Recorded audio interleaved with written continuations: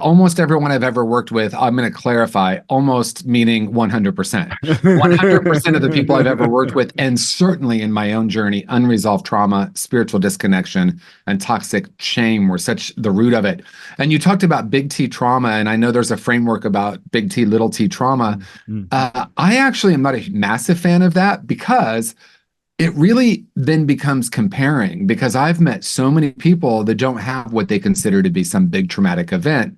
But when we start exploring, it's like this one thing that might have felt really insignificant to one person was just this major moment. Are you ready to unlock conversations of resilience, triumph, and transformation? Well, you're in the right place. This is the Knocking Doors Down podcast. Your host, Jason LaChance, where we dive deep into the journeys of those who have overcome life's toughest challenges and are sharing their experience, knowledge, and insight into how you can do just the same. If you're checking out the podcast for the first time, hit that subscribe button on whatever platform you're listening on, or hey, if you're on YouTube, hit that subscribe button, leave a thumb up and a comment on the video, because not only do I see it, but so do my guests. And my guest is TJ Woodward, a revolutionary recovery expert, best-selling author, inspirational speaker, and addiction treatment specialist who's helped countless people through his simple yet powerful teachings. He's also the creator of the Conscious Recovery Method, which is a groundbreaking and effective approach to viewing and treating addiction. TJ and I discuss a variety of topics, including how our purpose is to be who we are, not what we do. We also talk about our past experiences and how they determine so much of how we interpret situations, which rolled into how our memory of traumatic events isn't always accurate. We talk how life can become pretty simple when you tap into your true nature, and it's not only our behavior that changes the brain, but consciousness itself. Check out this great episode of Knocking Doors Down with TJ Woodward. TJ Woodward, thank you for joining me on Knocking Doors Down. Thank you, Jason. I'm looking forward to our conversation. I'm so grateful to be here. And I know you love gratitude, so we start with that, right? Absolutely, yes. Yeah, that's how I start my day. So I like to start my conversations by asking 3 things you're grateful for today. You know, it's interesting. I promise I'll answer it, but I kind of looked at gratitude and looked at different layers of gratitude. And I have this framework that I call the 3 layers or 3 levels of gratitude. It's grateful for, grateful in, and grateful as.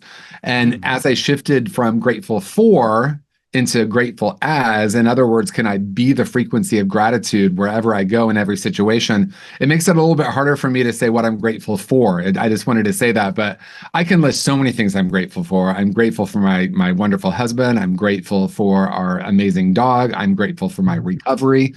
And honestly, the thing I'm the most grateful for, I would say, that is coming up at this moment is the ability to have a purpose, to know my purpose, and to have constructed my life around that purpose. And as cliche as it sounds, if we do what we love, we never work a day in our life. And that's how I feel. I agree with you. And let's start on purpose, because I've been getting into conversations with people that are lost on purpose or misguided in what it is. And it seems to me the holdup for a lot of people is that connection to the story they still tell themselves about themselves, and that purpose has to be this big grandiose thing that hits you, and all of a sudden you're off to the races and life is good. And it's like, I'm still figuring out, like, I'm so open to the different things and opportunities that get presented to me that, okay, is this something I embrace? Is this not for me? I don't know. What about you? Well, for me, I always thought purpose was an action. I always thought it was a role that I played, or if I could just figure out what was mine to do, I would be on purpose or living on purpose. And somewhere along the line, I started asking myself the question, I wonder if purpose is something much more internal, or if it's a quality. As a matter of fact, I facilitate a little group on purpose, and I tell people, I guarantee you will know your purpose in 90 minutes, which of course is provocative, but it really is getting in touch with who we've come here to be, not what we've come here to do. And once we're in touch with that being, then the doing becomes a natural outpicturing of it. And that's a really different way than I was programmed, because from a very early age, it's like, go to the school, get the degree, get the relationship, figure out your work life. And like, it's really much more about how we're being than what we're doing. Yeah. Well, and you bring up such a good point about, I thought recently back about education and got into a conversation with a gentleman that's become a mentor. And I forget what I had said, but he went, of course you're thinking that way because you are always sitting and doing some sort of work to get some sort of validation, be it an A+ all the way to F. Like you're still in that. It was like, what does that effing have to do with who you are? And I was like, oh yeah, because I'm not my grade. I'm not the perspective of that other person. I'm my compassion, my love, my sincerity. And I still fight that. I fight that. I have that big subconscious thing still there that I still am working on. Well, you talked about a couple of things that are so important to me and such an integral part of my work because of my own life journey. And you talked about kind of like the stories that we still have about ourselves. And there's this narrative that many of us are carrying around, but it's actually much deeper than a narrative. It's really a vibration. And for many of us, we have some traumatic experiences early in life, and we start deciding some huge things about ourselves before our brains even developed, quite frankly. And we end up carrying this energy with us everywhere we go. And in my case, I'm not lovable and I'm not worthy were two that just were at the core of my being. And I just kept finding myself in relationships and in work situations that were confirming the core false belief. And I thought, if I can just get to that next thing, right? Find the perfect partner, find the perfect house, find the perfect job. So it was this very outside in life. And at some point I realized the deeper work is really looking at where those core false beliefs originated and how we start to heal them, because the unconscious is running the show. And if we're not aware of it, we just think it's fate or we think it's just our destiny. Right. This is my lot in life, right? What was that? C3PO? This is my lot in life. And it's hard to struggle through. Like I shared when we first started, that I grew up in a home of addiction and I was a pretty late bloomer with substance use. But eventually I did fall into a subconscious state that this is the norm and this is what I deserve. Yeah. And I know you've worked with so many people that probably that's the same story.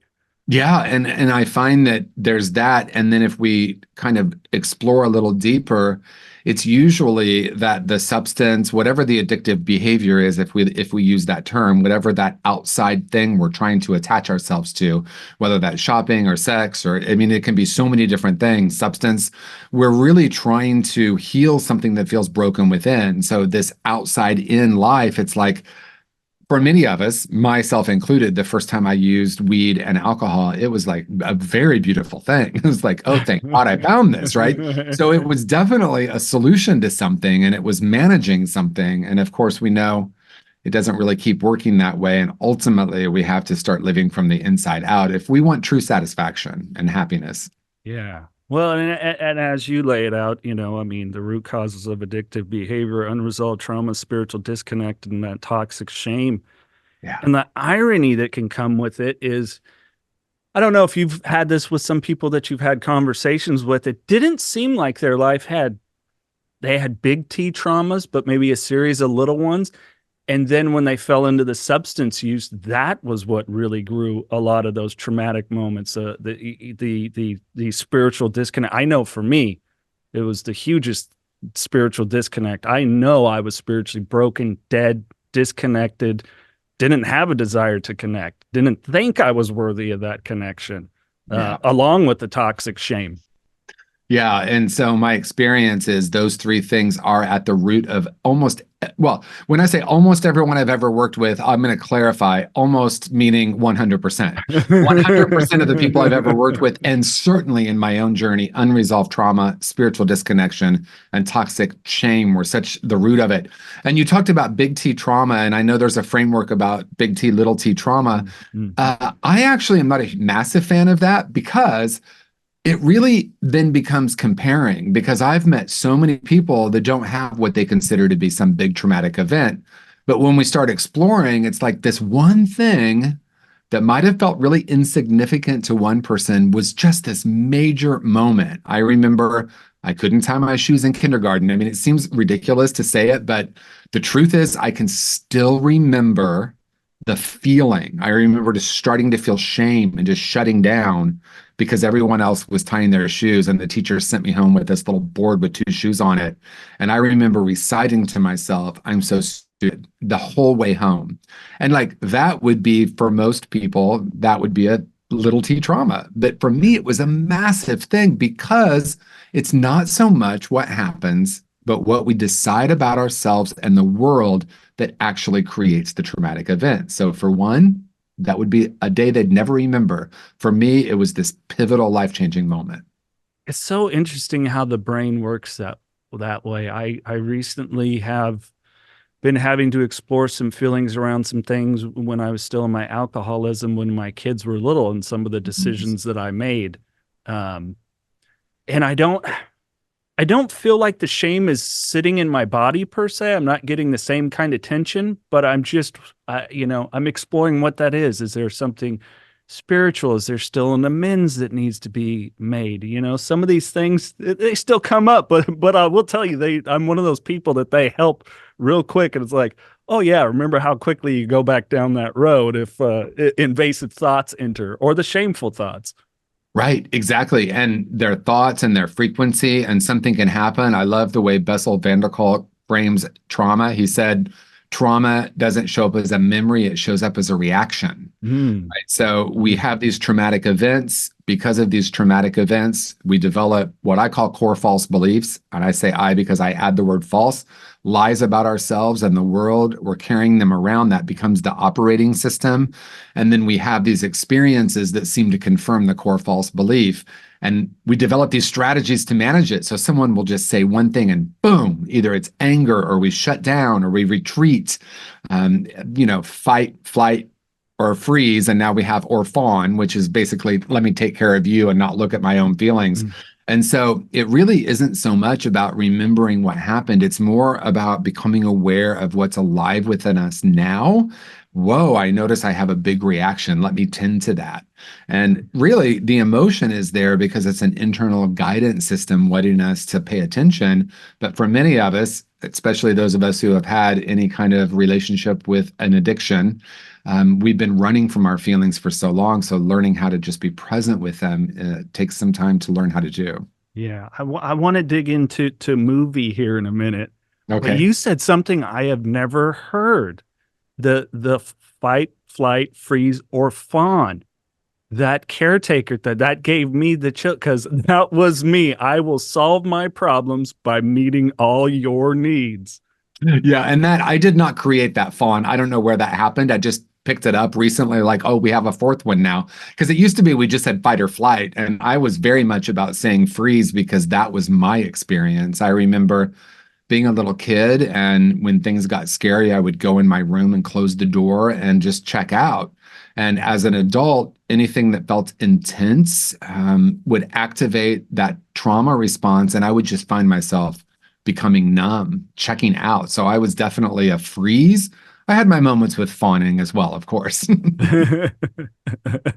Let me ask you, as someone that I'm a freeze person too, and I still I have moments where it's challenged. It's obviously still there in me to choose my reaction and how I'm going to respond to situations. But I found it for me when people were like, I remember some early meetings, a gentleman asked me, "What are you running from, brother?" And I said, no, I'm trying to run to something, because I was good at just naturally being numb. It was, I was looking to have a feeling, that excitement, that everything else, that nice story that I went from the guy that no one would talk to the most charming guy in the bar that will go up and talk to the most attractive woman. So for me, it was a running to feeling nature. It's interesting. It can be either one. It can be I'm running from or running toward. In other words, I want to feel more of this or less of this. And they're really both actually two sides of the same coin, right? I'm just trying to change the way I feel. Either this feeling is so intense, I want to numb it out, or this sense of numbness is like I'm really in this existential pain of living with my numbness and I want to feel something. Either way, it's really about manipulating feelings externally. And that's why in recovery, sometimes I'll hear people say something like, well, I feel really sad today. And then someone well-meaning will say, well, have you worked a step? Have you called your sponsor? Have you gone to a meeting? Have you talked to your therapist? And there's a subtle and sometimes not so subtle message that it's not okay to be sad. And really what it is, it's like, oh, welcome sadness. For many of us, we haven't felt it in so long, right? And the cliche is you're going to feel better when you get into recovery. You're going to feel everything better. But even in recovery, we can, dodge those feelings, run from those feelings, develop all sorts of strategies. So recovery ultimately is about learning how to be present and lean in. And I think that's the number one recovery tool. Let me simply be present with myself without trying to manipulate it. Knocking Doors Down by Carlos Vieira. Now available wherever you get audiobooks. I wasn't done partying, and I didn't want the binge to end. I think I knew that when I finally got home, I'd have to face what I had done, and I wasn't ready to do that. Being responsible for my actions wasn't something I was looking forward to. I had abandoned my wife and baby, my family, and my business. I wanted to avoid the shame of returning to what I had left behind. Even though I was not yet going home, I wasn't sure I had enough resources to continue the binge. Click the link in the podcast description to find out more. Well, I know it was interesting for you where you were talking. I watched something with you recently talking about not wanting to be a step creator guy, but you did. And it was an acronym that stood out for me because, hey, I went to film and television school. And so it's Nice. movie. I would like to explore that with you. Yeah, it's my third book. Let me see if I can point the right direction. That one, Conscious Creation. And I did promise myself, I said, I'll never be that person that creates the multi-step process. But lo and behold, I realized the truth is I created this 5-step process and then realized if I just changed one word, it'll make an acronym and it's very appropriate. And it's Conscious Creation is the book. And in my many years of working with people, and again, I'll say, and certainly true in my journey, a lot of people want to start creating their life with the intention setting, the goal setting. And there are so many steps before that in my experience, because if we're carrying around the past with us, if we haven't done enough of our healing, we're just going to keep replicating the same story over and over again. And the analogy is simple. We're holding a movie projector onto a blank canvas or a blank screen, if you will, and we're creating the movie of our life. We think it's happening out there, but the truth is we're the one creating it based on the core false beliefs, the vibration, and the internal dialogue and narrative that we're carrying. Yeah. And I've seen this so many times, and with myself is that asking someone, God, who was it? It doesn't matter. I was at a meeting and a gentleman, oh, this and that, how it is. And I've been around this person and their family. And I go, yeah, I don't know if that's exactly how it happened. You might Right. you might want to check your personal lenses on this, that this is how you took this info. Well, they were being standoffish. It was like, no, they asked a question from my perspective that it was really good and a polite way to ask, maybe a little invasive where you could have said, ooh, that's a boundary. I'm not really going to talk about that. But it turned into a really bad situation quick. And it's so interesting how, like you lay out, our past and our response system determines so much of our experiences. That's right. I remember when I was early in recovery and I was just starting to dive into like doing some work with my past, I called my two sisters and I remember asking them to tell their versions of some things in our childhood. And I knew enough at that point that I would get different versions. But what was really surprising to me was totally different stories. Like completely different conclusions. I was like, Dad was never home. He was busy with all these people who weren't my mom. I had this whole story. And my younger sister is like, are you kidding? He was home for dinner every night. We went on these amazing vacations every year. And I'm like, interesting. Totally different conclusion. And then based on those conclusions, it does become the lens at which we look at life through. So like I decided in the midst of all of that somehow I was unlovable, and that wasn't her core decision. So we had every single experience in our life is colored through the lens. And that's the great news, because if we understand we're doing it, then we can understand that it's really about cleaning the lens rather than changing the world. Yeah. Wow. Mind blown. But I know I've definitely explored that because, my father's been clean for over 20 years. And so I'm one of those people lucky enough to be able to have those conversations, let alone get the apology. But for me, for so long, I did some work in the sex and love addiction area too, because I had this conversation with my dad. And I said, per my recollection, it was the only time you validated me was going, wow, son, that's a really attractive woman you brought home. And it was like, for me, and he's like, no, I used to tell you when you get good grades or Mm. you made the track team or whatever that I was proud of. None of it. Don't remember any of it. Wow. It's all blanks. That's the only thing that I recollected. Yeah, and this is such an important conversation, and we'll get into what those 5 steps are in a moment. Yeah. But it's really important because we often will say something like, "There's my version and your version, and the truth is in the middle." Mm.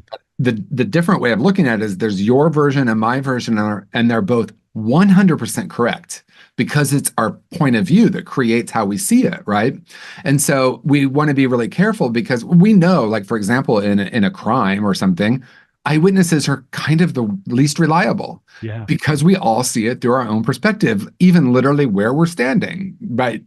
Our lens, our point of view is the way we see the world. And so when we believe, and this was true for me, I thought I need to know exactly what happened. And once I know exactly what happened, I can be free from it.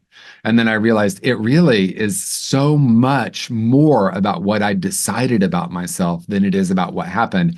And we would never want to say to someone, maybe that never happened. Like we'd never want to discount that.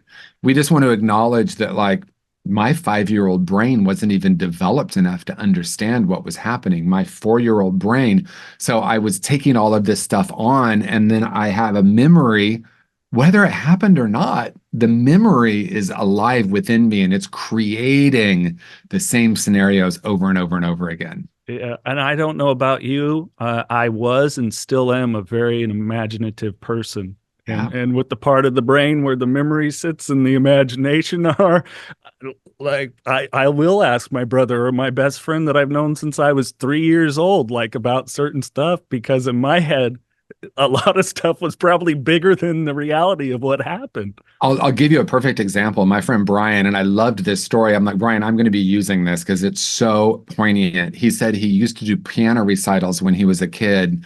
And one time he was on a really big stage. It was a really big recital for him. And he was playing and he froze. And he said at that moment, it was the first time he felt a deep sense of shame. And he froze for like a minute and then finally kept playing and just walked away with all this shame. Recently, years and years, decades later, someone showed him the recording of it. He actually didn't freeze. But in his mind, whatever happened, in his mind and his memory, he froze. So my guess is he did freeze internally, but he believed he literally froze. And so we don't want to say something like, see, it never happened, no big deal. But what we want to say is, isn't it interesting that you've been carrying this around for so long and this has become like your core idea of yourself, when in truth, it didn't really actually even happen that way. So let's explore what you took on more than what happened. Right. Wow. That's fascinating. And I'm guessing that falls back into, let's return to movie, that process of making peace with the past, that because oftentimes the shame or embarrassment that we carry isn't like, it's that looking external at what others think of us. Yeah. Well, so the acronym is MOVIE, and it's M, making peace with the past. And at some point, I used to say forgiveness. And of course, FUVI doesn't make a great acronym. Let's start with that, right? So FUVI doesn't make sense. But forgiveness is such a loaded word, and it's loaded in the idea of good and bad, right? Like you've done this thing that's unforgivable, but I have to somehow rise above it to forgive you. But making peace is something different. It's regardless of what happened, whether I consider it to be horrific, it's not about letting the person off the hook or keeping them on the hook. It really is about, gosh, I'm still carrying this. I remember I facilitated a workshop and invited people just to hold a backpack full of rocks while they told stories from their past. And at the end of the story, I just asked, do you want to put the backpack down now? Are you ready to let go of the heaviness of that story? And our minds can be such tricksters, but it happened. And I can be sometimes provocative and say, well, you can actually change the past. And what I mean by that is it's just a story we have, like we've already talked about, like whether it happened or not. We're not trying to be dismissive of the experience, but to say, what if the story I've been carrying around, I can have a different relationship with, go back, have a different conclusion, and therefore, in a way, we change reality because the story no longer has power over us. And that's really making peace with the past, letting go or living beyond the weight of that story. Yeah. Well, and tell me how it played out for you. I find that that's where the making peace part, where the value has come in my wrongdoing and errors, is when I can go share with other men and women who too have suffered from addiction, or recently shared at a classroom of juniors and seniors, and it resonated with them, something in my story in some way, shape, or form, where it resonated, and it's given others maybe a peace of mind too, to give themselves permission to move forward from these things, or to simply say, hey, this person that violated me when I was a child says nothing about who I am now as an adult, and didn't say anything to me about as a child either. That's not my burden to bear.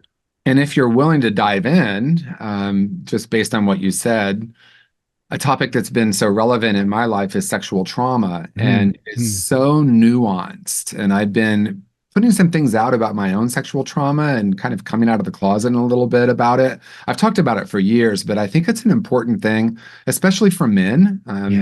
There are so many layers, and I shouldn't say especially for men, because obviously sexual trauma affects everyone very deeply.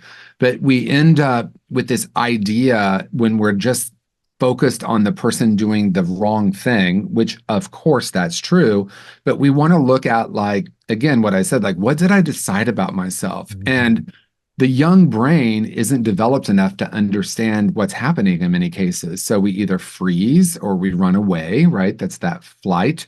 But we create these massive conclusions about ourselves, and they're really not thoughts. They're really much more of a deep wound that becomes shame.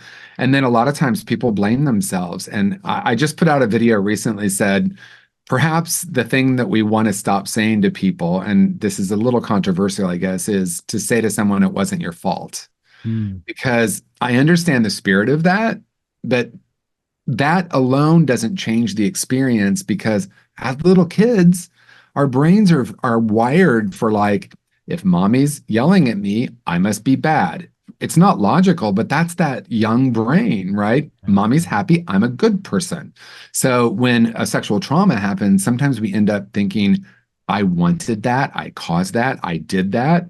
Not to mention, you can add the layer that sometimes people derive pleasure from it as well as shame. And then it becomes very, very deep and a lot to unpack. And I think if we just say it's not your fault, that person was a bad person, that doesn't really heal. That's true, right? We can say that's true, but it doesn't really heal the wound that's there. And it's now our job to heal that. I know people who haven't let go of the quote unquote perpetrator, and the person isn't even alive, right? And so they're still giving all their power to that person.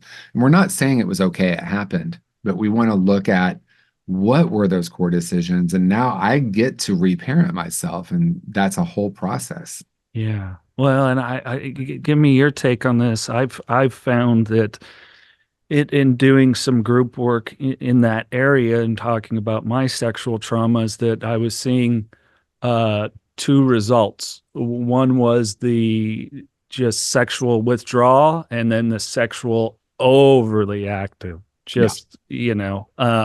and I think that's what most people probably think, but I saw so much withdrawal completely too, which I was very surprised. Yeah. And in my case, and in some people's cases, there's also a separation of love and sex, right? So, like, I didn't combine those two until I was almost 40. So there's a lot of things that come out of that, but we want to look, and this is where the kind of like at the core of my work, So much of what we focus on when we talk about trauma healing or addiction, we focus so much on the symptoms and we want to get down to the root cause, right? So the core false belief, the frequency, what I call core false belief, and then I call BS brilliant strategies, right? Which is hypersexuality, separating love and sex, shutting down sexually. Those are all strategies. We tend to think of them as coping mechanisms, but I don't want people to cope. I want us to thrive and live and reconnect with that beautiful place within ourselves. And when we look at that was the best I could do at the time, we take the shame out of it because shame doesn't heal shame. Yeah. I like that. I'm going to steal that the best I could do at that time, if I may. Right. And it was brilliant. Yeah. So like, trust me, weed and alcohol at age 14 was the most brilliant thing I've ever done. Well, I hope that's not true. It was the most brilliant thing I had done to that point, right? Because I was walking around. I remember being a little kid and I remember being so happy. And I actually have a memory of when that sensation or that experience of being connected and filled with love ended. And I built a wall around my heart at age 7. So from 7 to 14, it was very painful to be alive. It was painful just in my body. I can almost feel the way it felt then, like so shut down, so afraid, so closed off. And, we'd helped with that. And it worked for a while. Alcohol helped with that. So they are brilliant strategies. Then we can start saying, are they brilliant now? And is it getting me what I really desire? Yeah, absolutely. Well, and it's interesting how the resonance that I was putting out. I've had a couple conversations. I'll go to Celebrate Recovery. I really enjoy it because I've explored my Christianity and my sobriety. And I was talking with a young man, and I was talking about frequencies and vibrations, and he was like, "Oh, it's a little bit too much." I'm like, "Really? We're just talking about Christianity. Like, have you read the Bible? Me talking frequencies and what we resonate's a little too much. Go back and read this whole thing here. That's a gnarly story." Yeah, and those words, sometimes it can be like, "Oh, that's so California," all right? But really, energy and frequency is very much like animals are very in touch with their own energy, right? A dog will sense. That's why equine therapy is so powerful. The horse picks up on your energy. It's not really how you're standing or how you're looking at them, right? So that really is something that many of us have had taught out of us. Yep. We come into the world as these beautiful, wide open, intuitive beings connected with our essence. And then we start getting programmed. And, for most of us, we start putting stuff on top of that light, if you will. Yeah. Oh, yeah. Yes. Yeah. And boy, I know we're going to get through movie here at some point. You just keep throwing out gems that just bring up so many questions for me. Let's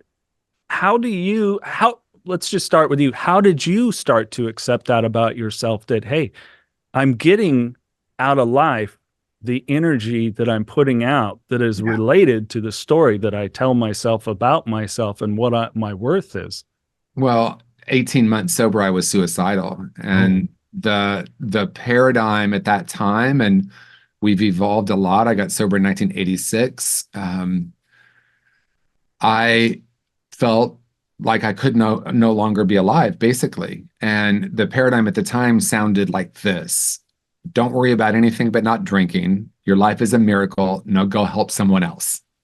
And I was like, okay, but I want to die. And what do I do with this? Right. And I met this woman. Her name is Mary Helen, and she passed away in 1998, but was just like this beautiful, enlightened being. And she ultimately, I rarely tell this part, but she ultimately wrote the Hazelden Fourth Step Guide, and she got sober in 1957. And she said no one at that time was really doing a lot of deep work. They were just like going to meetings and not drinking, and there wasn't a lot of focus on healing. And John Bradshaw came along in the 80s and was like, what about shame, right? And it's wild. It was controversial then, like 12-step, within 12-step communities, they were like, oh, that guy, and it was very rigid back then. And so I went on a journey with her that was twofold. One, it was reconnecting or spending some time remembering a time before the trauma. In other words, it wasn't an outer focus. It was, gosh, there's still this preciousness within me,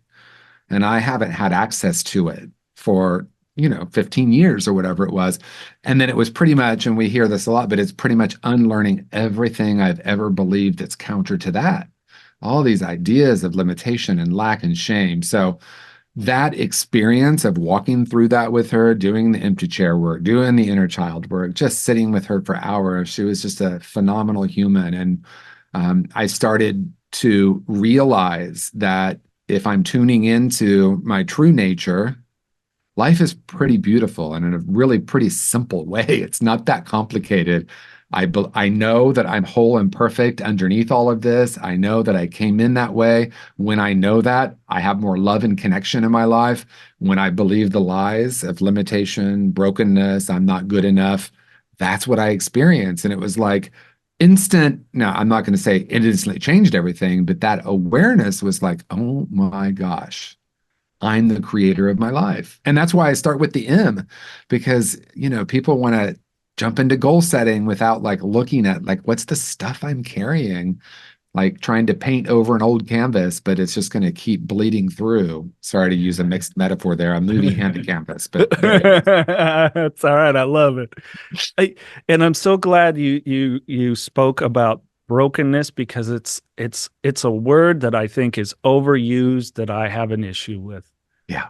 This you are broken. No, Yeah. you might have some of the wrong tools. You've been in survival mode. You've adopted ways of being to survive. I know I did. People hate when I say this sometimes. Hey, alcohol helped me survive. I'm sorry, it just did. And there was a period in my life, guess what? Pornography did too. Right. And hey, it's not the best way of being, and it certainly would have taken me somewhere else, but it kept me from probably more times in which I would have tried to have taken my own life. Exactly. And what do we do?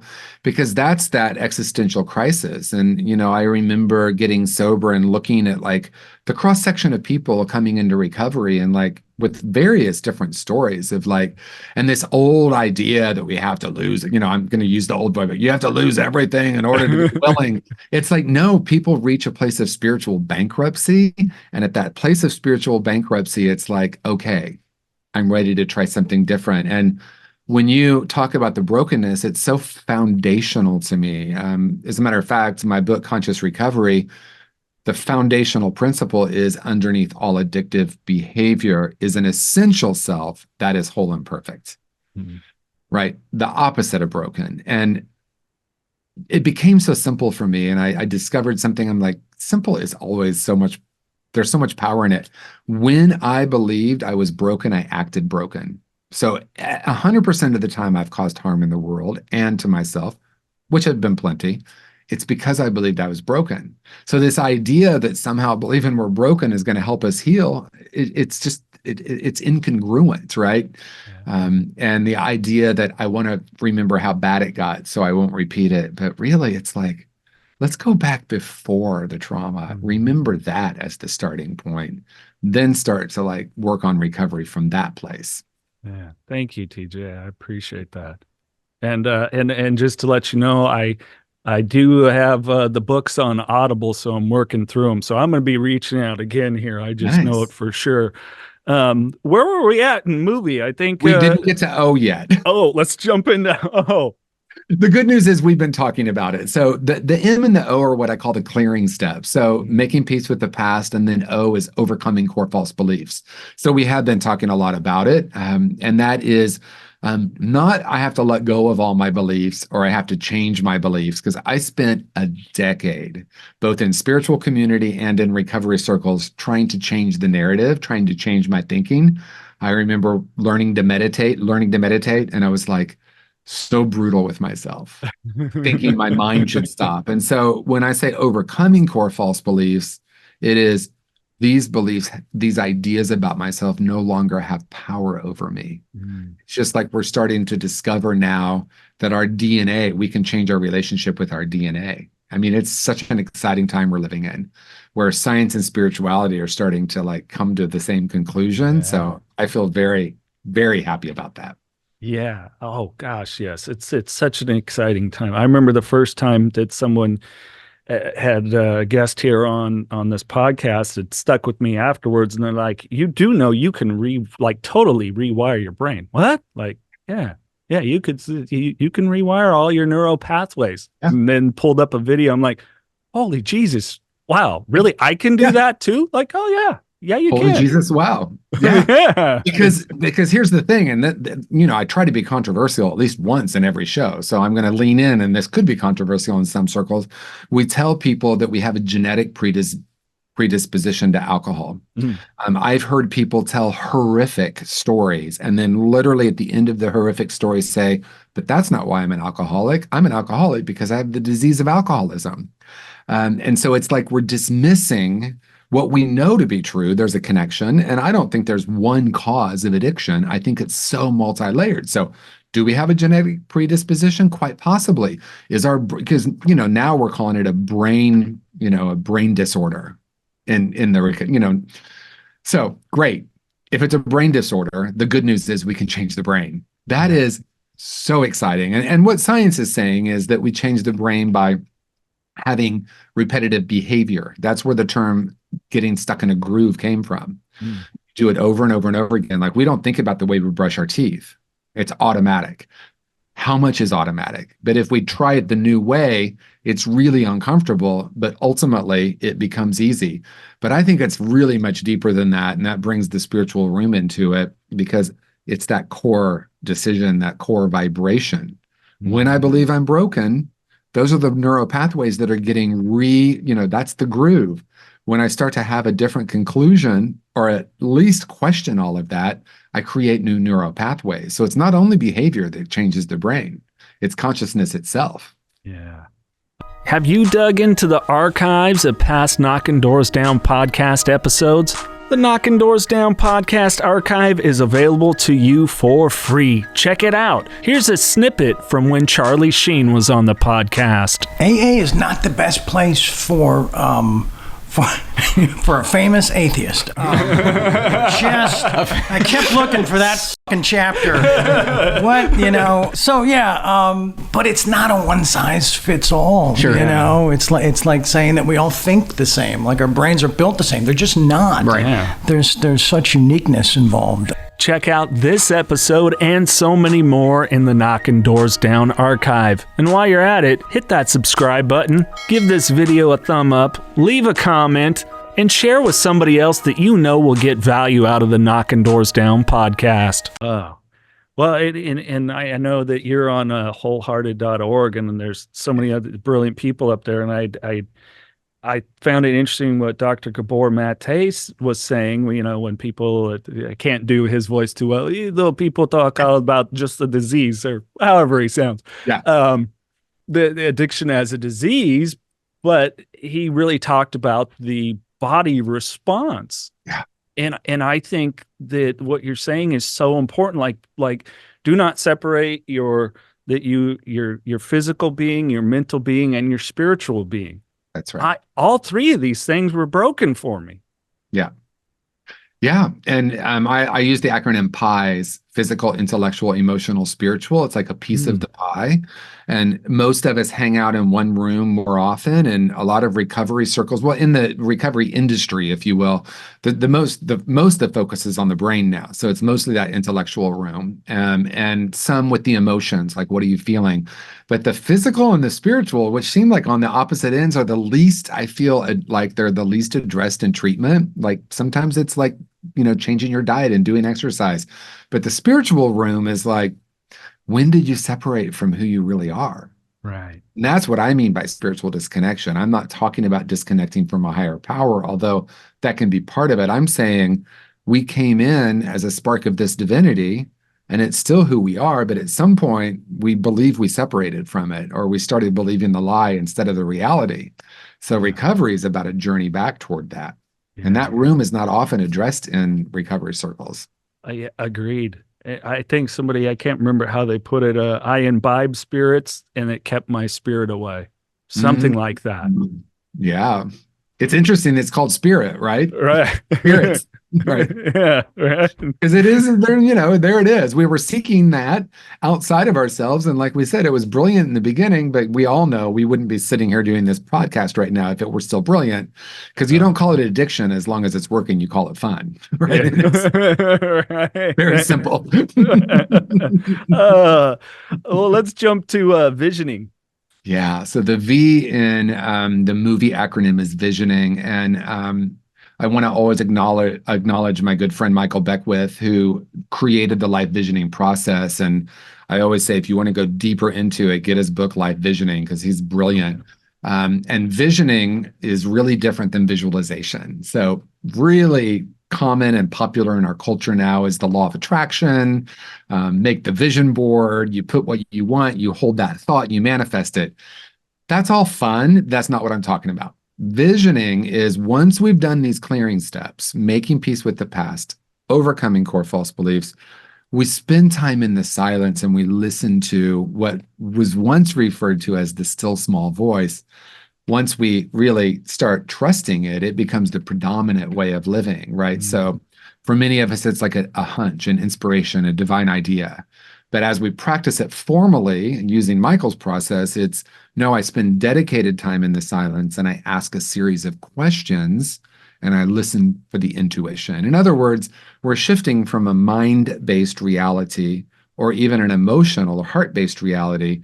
We're getting into that room of spirit and we're living in that room of spirit with curiosity, not I have an idea of what my life should look like. It's like, I wonder what's the highest possibility now. Right. And I loved when you had said that. That resonated with me. What is the highest possibility now? It's such a great question to ask of oneself. Yeah. And that's Michael's question. I want to definitely give him credit. That's the first question in the visioning process. You quiet to the best of our ability, present with ourselves, allow ourselves to think, feel, drop in, move into the silence, and then ask the first question, which is, what's the highest possibility for my life right now? Or what's the highest possibility for our relationship? You can do it with your partner. What's the highest possibility for our business? A lot of different ways you can do it. Yeah. And I was definitely a person that, my father was a high achiever as an addict, did very well financially. Yeah. And so I compared myself to that for a long time. And it wasn't until probably the last 6 months that I just kind of sat in a place and looked at how I was generating the means that I earn and going, just finding a real peace with it. No, I'm not a millionaire, and no, I'm not a household name. But gosh, I always get some sort of feedback as someone, thanks for what you do. It helped me, or, I connected to this person that you spoke with, or I provide Narcan for the nonprofit that I work for. Hey, thanks. Or, so it's just, I just removed certain things from the rubric, if you will, of the external gauge, as opposed to how do I feel in what I'm doing? Yeah. And the exciting thing about visioning that's different than visualization is have a divine idea that comes from it's much more connected with our purpose. I could phrase that like, ooh, that seems like a really big idea. That seems really different than what my mind tells me it should. I trust that, then everything starts to unfold with grace and ease. I'm not fighting or struggling. And then ultimately, it becomes bigger than anything I could have created on my own. Yeah, absolutely. Well, let's jump into the last two, intentions and embodying the vision. Yeah. Setting, it's just really practical. My friend Gregory Spencer gave me this really cool process that he'd been doing for years, where you like, what are the goals? And the goals come from the intention. You set intentions, very clear.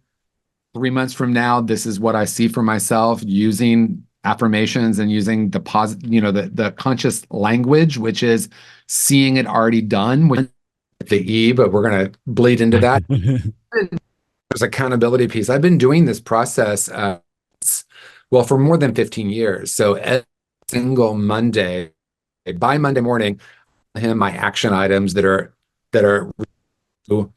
the steps that I've done, the visioning, what came through, the intentions that I've set, every item. So it's very, very practical. So you set intentions that you get from the vision, and they need to be specific, measurable, realistic, but a stretch. And, with conscious creation, I have a whole workbook where you get to write this out. And, the discipline, I guess, if you will, of staying with it. I remember that when I first started, I thought, well, I want to write a book. And I went into the visioning process, and a date 18 months later came to mind, and I wrote that down on such and such date, which was 2015. I think it was June 1st, 2015. My first book will be published, and it was actually published 2 weeks before that. And there were a lot of action steps that led to it, but it was holding that vision too, and knowing that because it came as a divine idea and it wasn't something that I created in my mind, everything, because when the intentions come from vision, we know we have everything within us to fulfill, and the universe will support that. Yeah. Well, and it's that importance of if you don't put it out there, then how's it ever, this was funny because when I was thinking about talking to you, I pulled out, I have a card in my wallet that has roughly how many days left I have if I live towards the average age of a U.S. male, and how many days and years. And it's these 10 things that I want to achieve. And some of them had come true. Ironically, one of them was to interview Alonzo Bowden, one of my favorite comedians in long-term recovery. And a friend of mine, she reached out and goes, "Hey, I recently met Alonzo Bowden, told him about your podcast. Would you like to talk to him?" She didn't know that. She never saw this list. Yeah, that's so amazing.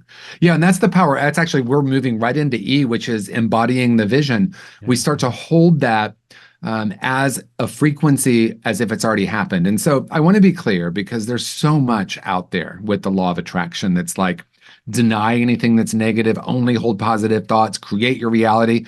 I'm talking about something much deeper here. I'm talking about knowing very deeply that this came from vision, knowing very deeply that because it came from this deep intuition, from this deep spiritual place, that the intentions I've set around from this purest place of being a maximum world, like making a difference, right? And embodying that is just knowing that that's true, knowing that it's, remember the first time I was visioning and Michael Beckwith, as someone to connect with, and I didn't know him. And I write about it in Conscious Creation, but ultimately he ended up reaching out to me. And it was just something that was caught in consciousness. And so, dream big and hold the dream, because I'll say for myself, my ideas usually much smaller than my idea coming from spirit. I mean more success or any of that. I just mean helping more people. Like the idea, I remember Mary Helen, who was my mentor, she was very introverted. She spoke one life. So in recovery circles, it's like you say no to speak. And she's like, well, what are you going to do? Throw me out? I say no. I love her. I wish I could have met her. Oh, it's amazing. And end of her life, she said, you're really extroverted, and you're going to use that as a gift to deliver this message to more people than I could. And it was like, one, massive compliment, but two, it was also her passing the torch and saying, okay, this is what I want you to do, right? And so it took me a while to get yes for that, but once I realized it's not about me, it's about how can this message get to more people. Yeah, absolutely. Oh goodness. Hey, we're going to have to do this again sometimes. There's so much more to dig into. You're it's such a fascinating person. And I mean this wholeheartedly. I'm glad you're in the world doing what you're doing, because I personally know people that have read your books as well and dug in, and the impact, it's interesting, is oftentimes greater than we think. That's true. Yeah. Well, hey, we're going to lighten it up with some random questions. How about it? Let's do it. All right. All the information for TJ, his books, what he's doing at wholehearted.org is in the podcast description. So please, as well, give him a follow on social media. let's see, what's one that I haven't done in a while? Oh, well, what's your go-to song to sing? Be it in the shower or the car? My goodness. So interesting. It is true. This song is true. And I don't know if I've ever said it out loud, but it was a song from my early recovery. And the artist was actually New Recovery. And it was 1986. And it's Think About It. There may be higher love.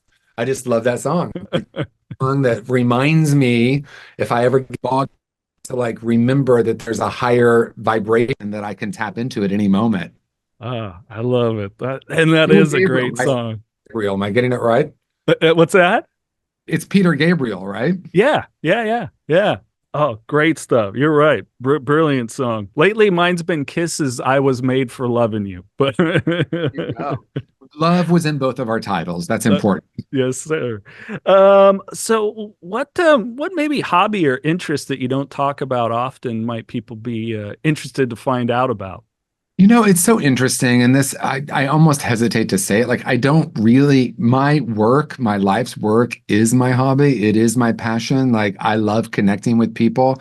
There's nothing I love more than it's like a three-legged stool, speaking, facilitating, and being on podcasts or TV shows, like spreading this message. That's what brings me the greatest joy. But like in my personal life, it's like chill evenings with my husband and our dog and just, watching the shows that we watch. That really fills me up. But it really is about human connection and feeling that purpose of doing my work.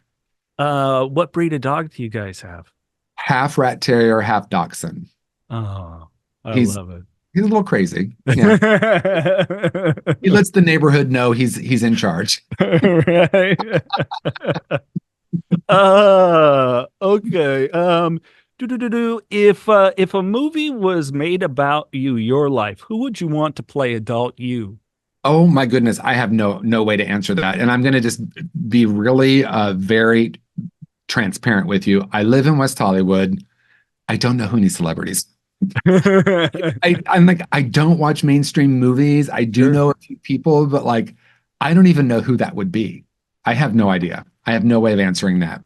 I think that's a brilliant answer. I love that answer. It's so funny because I remember I was on a flight recently and someone was stopping to get pictures taken with the person sitting next to me. I'm like, I have no idea who he is. But when you're flying to and from LA, celebrities are on your flight sometimes. But which is great because then, because I just get to be human with everyone and not have this idea of less than or better than. Yeah. It's funny. I was sitting on I guess this person was an MMA fighter, but not at the UFC level yet. But I had spoken at a conference in Wisconsin, and on the way back, and I'm just sitting here talking to this guy, and then I noticed people were taking pictures, and then this guy comes over and goes, "Hey, do you know who that is?" And I go, "I think his name was Rob. I can't remember."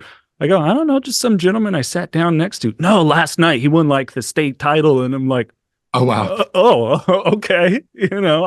He seemed like a nice person to converse with. Okay. There you go. Exactly. Okay. One last one for you here. You're stranded on a deserted island. You have one movie, one music artist, greatest hits, and one book. What would they be? I have answers for this one. It's a miracle. So my very favorite movie of all time is Baraka. And then the sequel to it was Samsara. So most people won't know those. So it's something for people to look up. They are an experience. So the first one came out 91 or 92, and Samsara, I don't remember, but those are my two favorite movies. If I have to choose one, I guess it's Baraka. My artist, absolutely Tori Amos. I'm in love with her. I had a chance to meet her. She is so incredible to me, and I'm a little bit of a fangirl with her. I know. And then the third one is what's the third one? Book. Oh, book. I'm going to say A New Earth by Eckhart Tolle. All right. I saw Tori Amos in San Francisco when I was living there, and she's just amazing performance. This one gal kept yelling out, I forget what song it was, and she just goes, pardon me, this is the quote. She goes, "Bitch, would you shut the fuck up so I can keep doing this show for these people?" And That's then she went Tory. And then she went into Sugar, which is my favorite song from her. One of my favorites. So I used to I lived in San Francisco for 30 years. Oh, okay. I've seen her there so many times, and she's just a remarkable human, and her music inspires me. And a lot of people will say, oh, her music's so depressing. To me, it really isn't. It's really very healing because it comes from a very deep place. Yeah.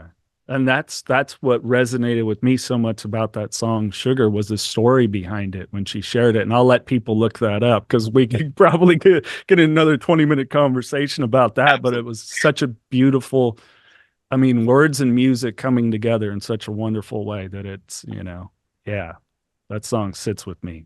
Mm. Yeah, my friend, I'll give you a short story, but my friend worked for Alice Radio, and he said, if you ever want a favor, just let me know. And I'm like, anything Tori Amos. So the phone rings one day, and I thought he's going to give me tickets to Tori Amos, which I'm going to be grateful for. He's like, no, there's going to be, come to the W Hotel tomorrow, bring one friend, you and 15 people are going to sit with her in a grand piano, and we're going to do this Alice Live event. She's going to be live on radio. And I was literally sitting on the floor, and like we got to hang out and talk, and like, just she's remarkable. I love it. Tori, if you're watching, thank you for being you. I double that. Double that. TJ, I'm so glad we got to connect. This has been an absolute pleasure. Thank you so much, Jason. I have loved this and absolutely would love to come back for a part 2. Yes. And if I get down your way, I'll have to give you a heads up. Would love to converse with you in person. But this is where I give you the floor. Anything that you would want to add, lend, maybe if somebody is struggling, a loved one of theirs is struggling. Yeah, I tend to say a version of pretty much the same thing because it's so true for me. And that is, if no one has told you today, you are a whole and perfect being, no matter what's happened to you or whatever you've done. The truth of your being is a whole and perfect being, and you do deserve a life filled with love and connection because it's who and what you are. I love it. On that note, everybody keep knocking doors down.